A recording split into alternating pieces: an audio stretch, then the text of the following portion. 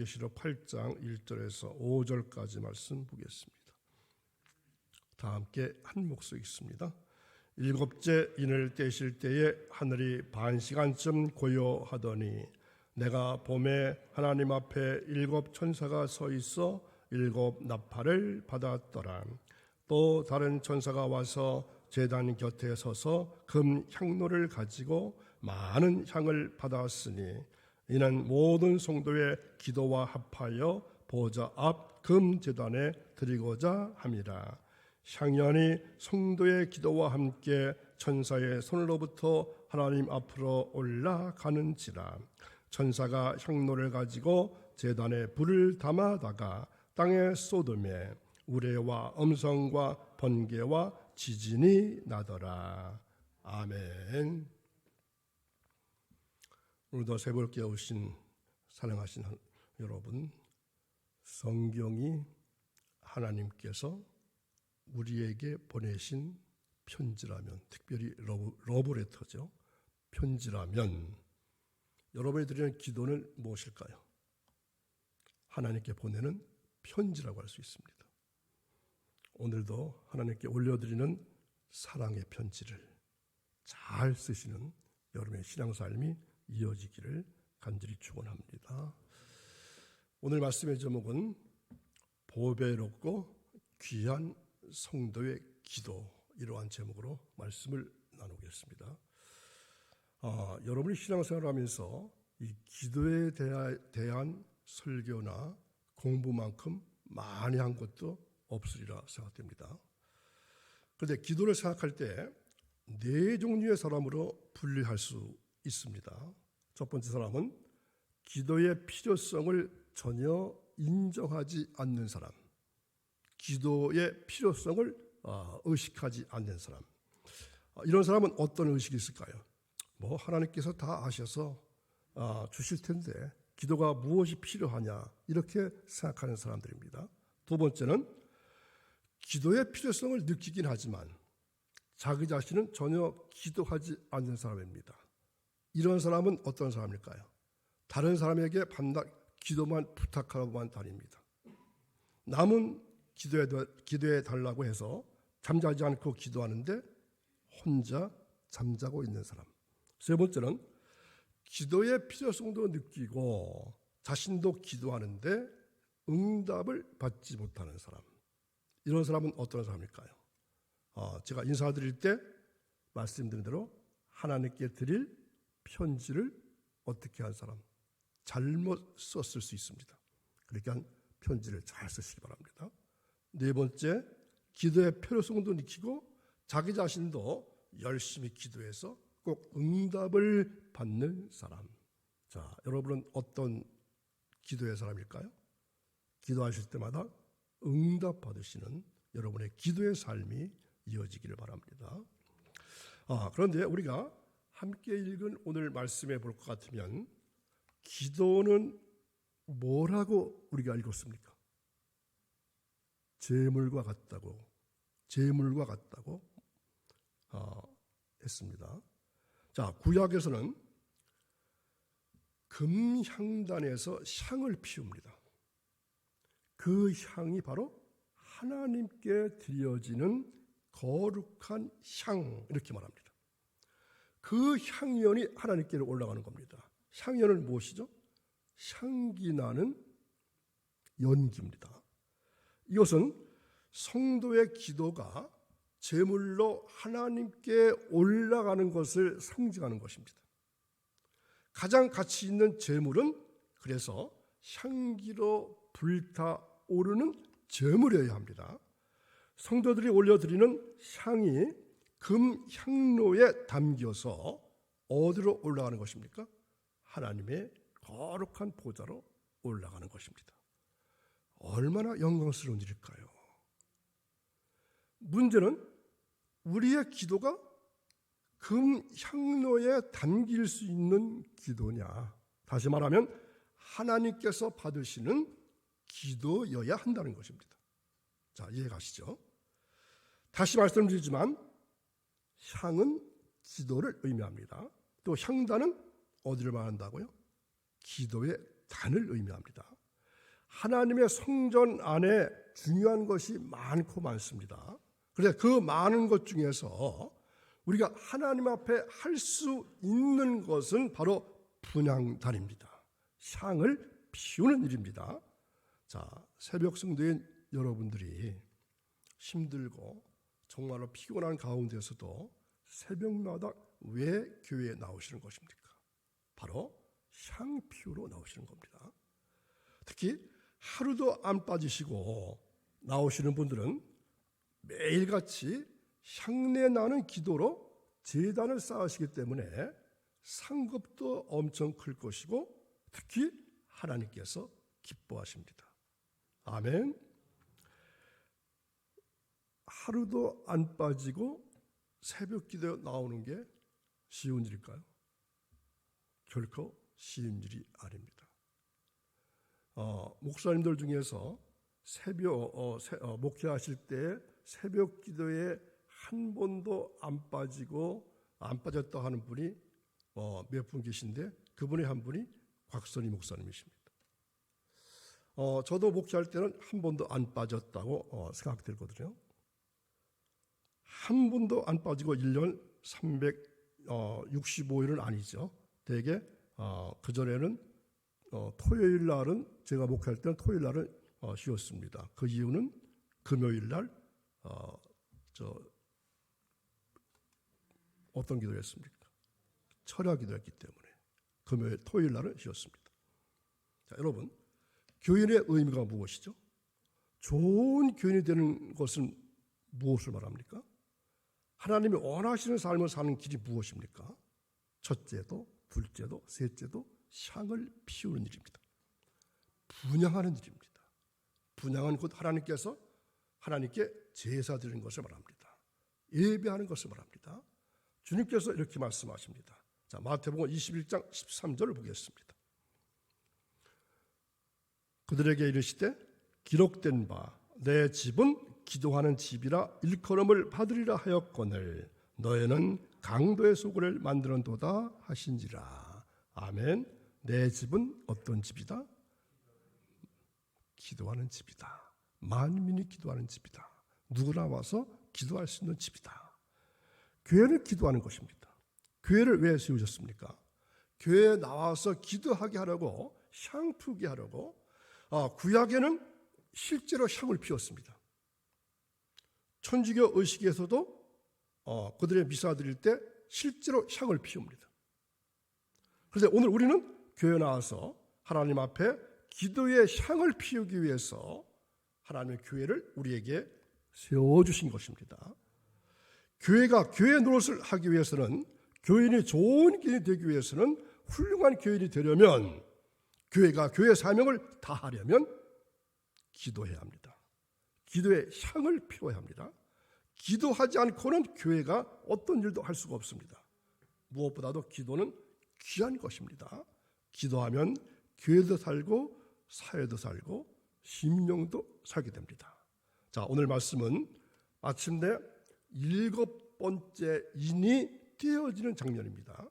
하지만 본문은 곧장 7째 인 속에 포함된 7 나팔의 재앙이 쏟아지지 아니하고 7 나팔의 재앙을 준비하고 그 배경을 설명하고 있는 부분입니다.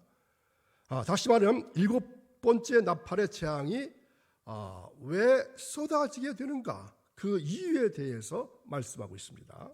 자, 그렇다면 7 나팔 재앙의 원인은 무엇일까요? 먼저 우리는 구약의 성막 구조와 그 제도에 관해서 간략하게 살펴볼 필요가 있습니다. 제가 그림을 준비 못했는데, 자, 제가 지금 말씀드리는 것으로 여러분들의 머릿속에 성막을 그려보는 겁니다. 자, 성막은 성막의 뜰과 성막의 본체로 구성되어 있습니다. 성막의 뜰 중앙에는 번제단이 놓여 있고 바로 여기에서 모든 희생제물이 불살라지는 겁니다. 그리고 성막의 본체는 성소와 지성소로 구분되어 있는데 지성소 안에는 하나님의 임재의 상징인 언약궤가 놓여 있습니다. 그리고 성소에는 언약궤 바로 맞은편에 금향단이 있었고 좌우 양편에는 금촛대와 진설병 상이 있었습니다. 한편 제사장은 오직 번제단에 불러서 향을 피워했고 그것을 금 향단에서 산음으로 해서 지성소에 계신 하나님께 상대되어질 수 있도록 해야만 했습니다. 또한 이 향단에서 피울 향은 하나님께서 지시하신 제조법대로 만든 향이라 했습니다. 아무 향이나 피우는 것이 아니라 하나님께서 지시하신 대로 만든 향으로 피워만 했습니다. 자, 이러한 배경 아래에서 오늘 본문을 살펴봐야 합니다. 왜냐하면 오늘 말씀은 지상 성막의 실체인 하늘 성전을 그 무대로 하고 있기 때문입니다. 지금 오늘 보는 말씀이 바로 성전을, 하늘 성전을 그 무대입니다. 자, 이제 본문은 다시금 심판을 진행하기 위해서 어린 양 그리스도께서 7번째 인을 떼는 장면으로 시작됩니다. 처음에 1절에서 반시 동안이라는 말이 나왔었죠. 반시 동안 고요했다고 했는데 이것은 30분이 아니라 잠시 동안, 잠깐 동안 고요했다는 의미입니다. 그래서 그 사이에 하나님 앞에 시위한 7천사가 7 나팔을 받았지만 그 재앙의 나팔을 불지는 않았습니다. 그렇다면 하늘 보좌는 왜 잠시 동안 고요했고 7 나팔을 받은 천사는 왜 나팔을 불지 아니하고 기다리고 있었을까요? 참으로 7번째 인을 뗀 그 긴박한 상황에서 폭풍 전야와 같은 고요한 그 같은 엄숙한 정직의 순간에 과연 무엇 때문에 정지하고 있습니까? 자, 힌트를 벌써 많이 드렸었는데 바로 성도들의 기도가 하나님께 온전히 상달되어지도록 하기 위함입니다. 성도들의 기도가 하나님께 온전히 상달되는 때를 기다린다고 하는 것입니다. 바로 그것을 위해서 천사들의 찬양 소리도 일시 멈추었고 7 천사도 나팔을 불지 않고 대기하고 있었던 것입니다. 그토록 성도들의 기도는 보배롭고 귀한 것입니다. 자, 구체적으로 조금 더 살펴보겠습니다. 자, 이 3절 4절 보면은 성도들의 기도는 천사의 손에 받들려서 하나님 앞에 올라가기 때문에 보배롭고 귀합니다. 자, 누구의 손에 받들려서? 천사의 손에 받들려서 하나님께 올려드리는 겁니다. 자, 함께 읽어볼까요? 또 다른 천사가 와서 제단 곁에 서서 금 향로를 가지고 많은 향을 받았으니 이는 모든 성도의 기도와 합하여 보좌 앞 금제단에 드리고자 함이라. 향연이 성도의 기도와 함께 천사의 손으로부터 하나님 앞으로 올라가는지라. 아멘. 얼마나 멋지고 아름다운 장면일까요?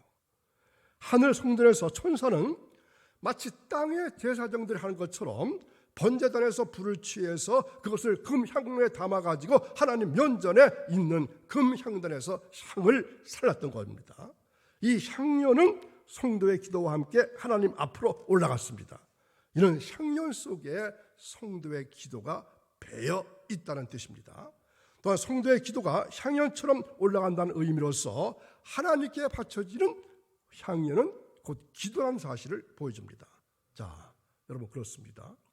이처럼 성도의 기도는 금향로에 담겨서 금향단에서 하나님께서 직접 바쳐지는 보배롭고 귀한 것이라는 것을 여러분 기도하실 때마다 꼭 깨닫고 느끼시고 그렇게 하시기 바랍니다. 여러분, 이 세상에 그 무엇이 이처럼 귀하게 받들려서 하나님께 올려질 수 있겠습니까? 그것들은 모두 썩어 없어질 것들입니다. 하나님께는 하등 가치가 없는 것들입니다. 그러므로 오직 성도들의 기도밖에는 없다는 것입니다. 심지어 순교자들의 피까지도 제단 아래에서 호소할 뿐이라고 우리가 먼저 말씀을 살펴봤습니다. 자, 그렇다면 성도들의 기도가 왜 이토록 귀하게 여김을 받는다고 하는 것입니까? 그것은 결코 성도들의 공로 때문이 아닙니다. 여기서 희생제물을 태우는 번제단의 불로서 향이 사라졌다는 것은 그 성도들의 대속 제물이신 누가? 어린 양 그리스도의 피 공로 때문에 여기에 근거해서 성도들의 기도가 하나님께 올려진다는 사실을 의미합니다. 이 사실을 꼭 앞에서 기억하셔야 합니다. 그래서 성도들의 기도가 그토록 귀하고 보배롭게 여김받아서 천사의 손에 받들려 하나님께 올려지는 것입니다. 자, 두 번째는 5절을 펴보십시오. 자, 성도들의 기도로 말미암아 종말의 심판이 진행되기 때문에 보배롭고 귀합니다. 자, 함께 있습니다. 천사가 향로를 가지고 제단에 불을 담아다가 땅에 쏟음에 우레와 음성과 번개와 지진이 나더라. 아멘. 자, 향로를 가지고, 이 향로는 성도들의 기도가 담긴 향로죠. 이 향로를 가지고 제단에 불을 담아다가 땅에 쏟으니까 비로소 우레와 음성과 번개와 지진이 없다는 겁니다. 천사는 금향로에 성도들의 기도와 향을 담아서 금향단에서 향연을 피움으로 해서 향기로운 향냄새와 아울러서 성도의 기도를 하나님께 올려 보내드렸습니다. 5절 말씀은 그 천사가 금향로에다 번제단 위에 불을 담아다가 땅에 쏟는 장면입니다. 그 결과 뇌성과 음성과 번개와 지진이 났습니다. 곧 번개불이 번쩍거림과 동시에 천둥 소리가 울려 퍼졌고 아울러 땅이 갈라지는 지진 현상이 동반되었던 것입니다. 이는 바로 하나님의 심판의 예고이고 어린 양의 진노의 표시입니다. 그렇다면 또 왜 이와 같은 심판의 진노가 땅 위에 임하게 되었을까요? 분명 그것은 성도들의 기도 응답일 것입니다. 아멘. 다시 말하면 하나님께 상달되어진 성도들의 기도 내용은 분명코 핍박자에 대한 신원과 박해자로부터 구원 호소였을 것입니다. 이 하나님께서는 하나님의 택한 백성들을 속히 구원하시기 위해서 천사들로 하여금 나팔을 불게 함으로써 악인들에 대한 심판과 진노를 즉각 쏟아 부었던 것입니다. 참으로 성도들의 기도가 심판을 재촉하고 구원의 날을 앞당긴다는 놀라운 사실을 여기서 발견할 수 있습니다. 이토록 성도의 기도는 참으로 보배롭고 귀한 것입니다. 사랑하는 새벽 성도 여러분, 참으로 인류의 역사를 움직이는 원동력은 무엇이라고 생각하십니까? 그것은 권세가들의 권력이나 부호들의 재물이나 정치가들의 정략이 아닙니다. 그것은 바로 성도 여러분들의 기도입니다.